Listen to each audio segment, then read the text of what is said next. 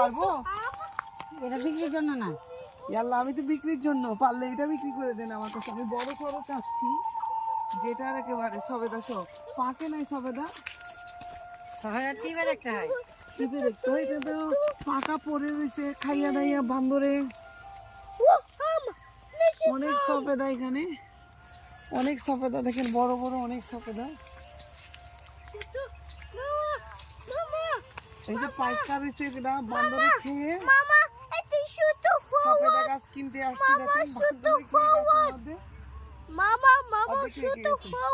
হ্যাঁ, ছোট ফ্লাওয়ার।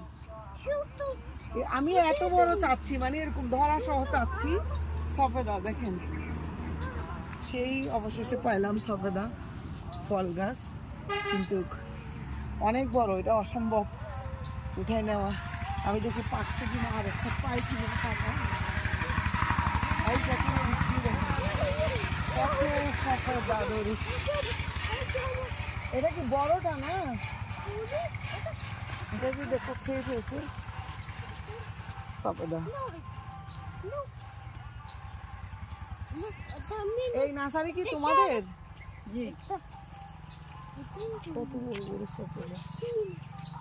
এটা তো বড় হচ্ছে, পাকার আগে খেয়ে ফেলছে না বান্দরে? একটা পড়ে গেছে, ওটা কি পাকা নাকি? হ্যাঁ, পাখিরাও মানে হচ্ছে ভুল করে, পাখিটাই করে। এই যে এই যে আমি একদম সফেদা গাছের নিচে ভিতরে, এই যে পাখিরা দেখো খেয়ে ফেলতেছে। ইস,